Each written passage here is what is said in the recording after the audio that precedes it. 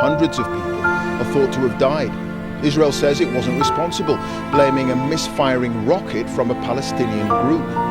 President Biden today agreed, saying the evidence he's seen appears to show Israel was not to blame. But many in the Arab world aren't convinced, and there have been protests by thousands of people right across the Middle East. Well, in a moment, our correspondent Rushdie Abu-Alouf reports from the scene of the hospital blast. But first, here's Jeremy Bowen on President Biden's crucial diplomatic mission, a warning his report contains some very distressing images. A car park outside the Al-Ahli hospital became a killing ground. The arguments about who's responsible come too late for the people whose lives ended here. Even with their bodies taken away, the cleanup this morning also meant collecting small pieces of food.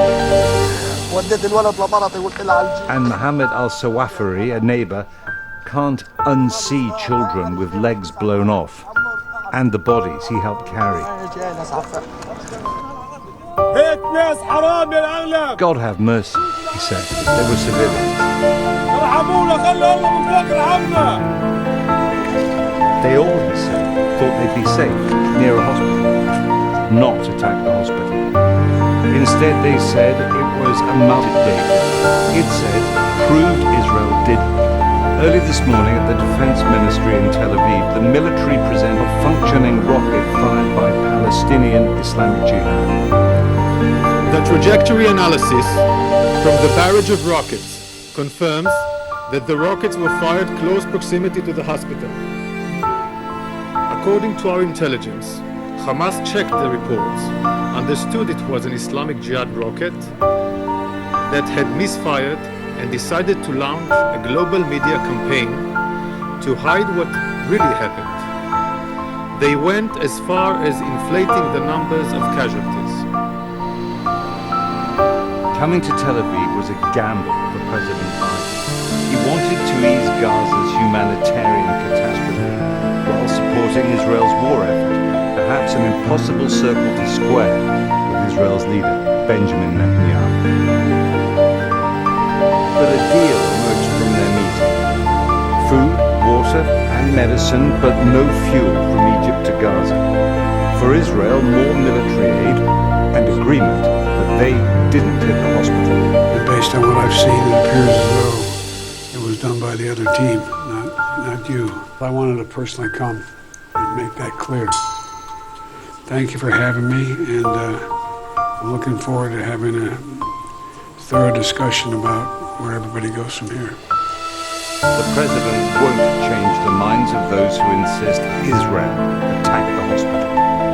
Joe Biden's presence here will only deepen the conviction among Palestinians and millions of other Arabs that America isn't just on Israel's side, but that it's also complicit in everything Israel is doing in Gaza, including killing civilians. Until the Hamas attacks on Israel, President Biden dreamt of transforming the Middle East. The Americans were negotiating with Saudi Arabia and Israel to try to get the two countries to recognize each other. That is not on the agenda anymore. Grief is crushing the families of Gaza's dead. Israel was warned by Joe Biden not to be consumed by rage. While in Gaza's Shifa hospital, a father was saying goodbye to his dead children in a corridor that's been turned into a mortuary. A waiting room for the grave. Jeremy Bowen, BBC News.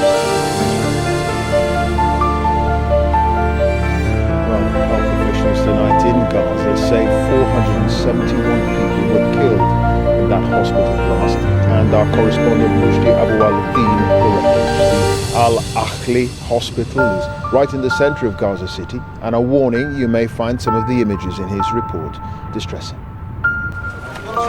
When I arrived to the hospital this morning, they were still collecting the dead.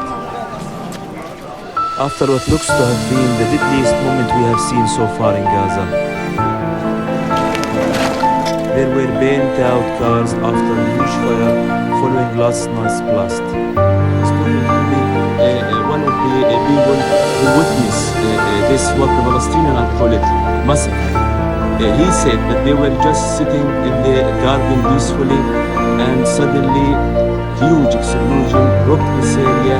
He said we collected bodies, injured people, we evacuated serious injuries using motorcycle. Some of people like evacuated on foot. He said from here to Shifa. Blood-soaked mattresses lay on the ground. As we picked our way through the devastation, bullets scattered aimed wreckage. Children's backpacks and collapsed tent where people had been sleeping.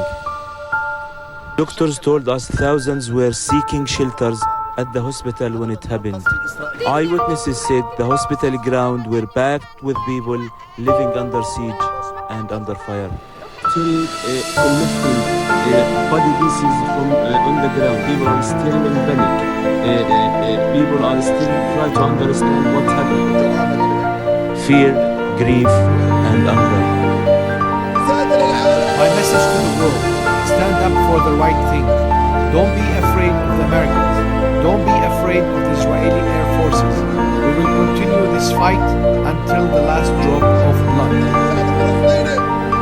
Health officials here are saying hundreds are dead, injured, and missing.